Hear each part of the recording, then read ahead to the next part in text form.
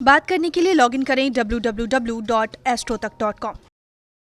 कर्पूर गौरम करुणावतारम संसार सारम भुजगेंद्रहारम सदा वसंतम हृदयारविंदे भवम भवानी सहितम नमामि। एस्ट्रो तक के सभी दर्शकों को मेरा हार्दिक नमस्कार। मैं हूं ज्योतिषाचार्य रजत शर्मा। दर्शकों, जीवन में कहा जाता है कि गरीब पैदा होना कोई पाप नहीं है, लेकिन गरीब मरना एक बहुत बड़ा पाप है।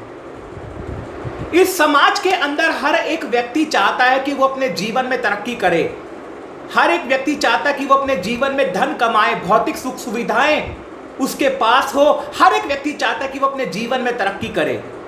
लेकिन कुछ भाग्यशाली ऐसे लोग होते हैं जो एक गरीब परिवार में जन्म लेकर के भी अपने जीवन में हर प्रकार से उन्नति के मार्ग को प्रशस्त करते हैं। आज इस मंच के माध्यम से, इस वीडियो के माध्यम से मैं आपके साथ ये चर्चा करने जा रहा हूं कि वर्गोत्तमी राजयोग क्या होता है।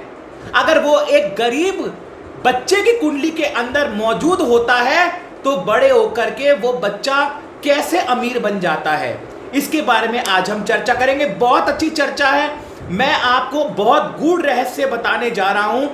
ऐसे बहुत सारे लोग होते हैं जिनका जन्म गरीब परिवार में, मध्यम वर्गीय परिवार में होता है। जैसे धीरूभाई अंबानी जी देख लीजिए, सचिन तेंदुलकर देख लीजिए, जिनका जन्म एक गरीब और मध्यम वर्गीय परिवार में उनका जन्म क्यों ना हुआ हो, लेकिन वो बड़े होकर के अपने जीवन में उन्नति करते हैं। ऐसे बहुत सारे लोग हमें मिल जाएंगे।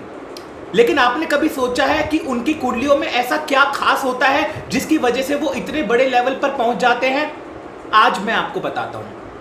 जब कभी भी हम किसी का करियर देखते हैं तो लगन कुंडली के साथ साथ हमें दशमांश कुंडली यानी कि जो D10 चार्ट होता है उसको देखना पड़ता है। और जो D10 चार्ट होता है उसके अंदर अगर कोई ग्रह वर्गोत्तमी हो जाता है तो वर्गोत्तमी ग्रह की जो दशा होती है वो व्यक्ति के जीवन के अंदर उन्नति के मार्ग को प्रशस्त करती है। मैं हमेशा दर्शकों एक बात बार बार आपको यही समझाता हूं कि महादशा का बहुत बड़ा महत्व होता है। अगर महादशा चाहे तो आपको बना सकती है और महादशा चाहे तो आपको मिट्टी में भी मिला सकती है। तो महादशा का बहुत बड़ा योगदान इंसान के जीवन पर होता है। अगर आपके लगन कुंडली और दशमांश कुंडली के अंदर, अब मैं आपको एक वर्गोत्तमी योग के बारे में बता रहा हूं कि क्या होता है। लगन कुंडली और दशमांश कुंडली के अंदर जब कभी भी कोई भी ग्रह एक ही राशि के अंदर केंद्र भाव के अंदर होता है, जैसे मान लीजिए शनि इस समय मकर राशि में चल रहे हैं, तो शनि देवता किसी बच्चे की कुंडली में अगर लगन कुंडली में मकर राशि के अंदर केंद्र में विराजमान है और यही शनि अगर मकर राशि में दशमांश कुंडली के अंदर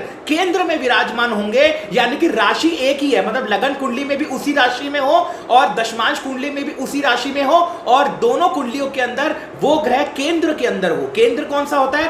पहला भाव, चौथा भाव, सातवां भाव और 10वां भाव केंद्र भाव होता है। तो यानी कि कोई भी ग्रह जब कभी भी एक ही राशि के अंदर लगन कुंडली और दशमांश कुंडली में एक ही राशि के अंदर होता है तो वो ग्रह वर्गोत्तमी हो जाता है। और वर्गोत्तमी ग्रह की जो दशा होती है वो इंसान को रंग से राजा बना देती है। अगर किसी गरीब परिवार में जन्म लेने वाले बच्चे की कुंडली के अंदर अगर इस प्रकार का योग होता है तो वो बड़े होकर के अमीर बनता है। बड़े होकर के अपने पुरुषार्थ के दम पे, अपने ज्ञान के दम पे, अपनी बुद्धिमत्ता के दम पे और अपने ग्रहों की ताकत के दम पे, क्योंकि ग्रहों का ताकतवर होना जरूरी है और वर्गोत्तमी ग्रह की महादशा का आना भी बहुत जरूरी है।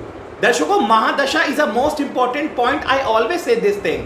महादशा का ताकतवर होना बहुत जरूरी है। अगर आपकी कुंडली के अंदर महादशा ताकतवर है तो आपके जीवन में हर प्रकार से उन्नति के मार्ग को अवश्य ही प्रशस्त करेगी। ये मेरा मानना है, ये मेरा विश्वास है।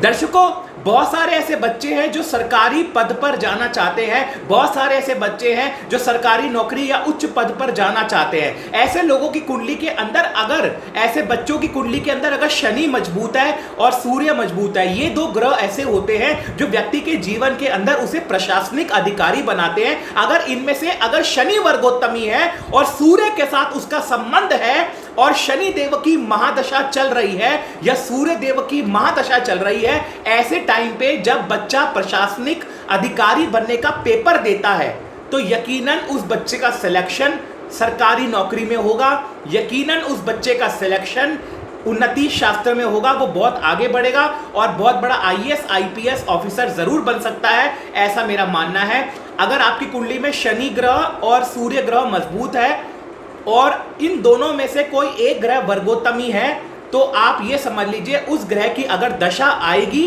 और उस समय आप एग्जाम दे रहे हो, क्योंकि दशा का अच्छा होना जरूरी है। जब आप एग्जाम देते हो तो उस समय दशा का ताकतवर होना जरूरी है। मेरी बात को प्लीज 2 मिनट ध्यान से सुनिएगा, ये बहुत गहरी बात बता रहा हूं। तो दशा का होना जरूरी है। तो वर्गोत्तमी ग्रह की दशा जैसे ही आएगी वो दशा आपके जीवन में हर प्रकार से उन्नति की स्थिति बनाएगी और आप जो है आगे बढ़ेंगे और हर प्रकार से अपने जीवन में तरक्की की प्राप्ति जरूर करेंगे। तो दर्शकों, मुझे उम्मीद है आपको ये वीडियो जरूर पसंद आया होगा। पसंद आए तो प्लीज लाइक, शेयर और हमारे कमेंट बॉक्स पर आप अपने कमेंट भेज सकते हैं हमें। और अगर आप मुझसे पर्सनल टेलीफोनिक अपॉइंटमेंट लेना चाहते हैं तो प्लीज आप हमारे astrotak.com पर जाकर के पर्सनल टेलीफोनिक अपॉइंटमेंट ले सकते हैं। मेरे प्रोफाइल पर जाकर के एस्ट्रोलॉजर राजेश शर्मा के प्रोफाइल पर जाकर के आप जो है हमारे प्रोफाइल को सेलेक्ट कर सकते हैं और पूरी कुंडली का विश्लेषण गहराई के साथ, क्योंकि मैं जब चर्चा करता हूं दर्शकों बहुत गहराई से करता हूं, बहुत डीप एस्ट्रोलॉजी करता हूं मैं, तो आप पर्सनल अपॉइंटमेंट ले सकते हैं, चर्चा कर सकते हैं, डिस्कशन कर सकते हैं astrotak.com पर जाकर के मेरे प्रोफाइल को सेलेक्ट करके। तो दर्शकों, आज के लिए सिर्फ इतना ही। बहुत बहुत धन्यवाद, बहुत बहुत शुक्रिया। आपका दिन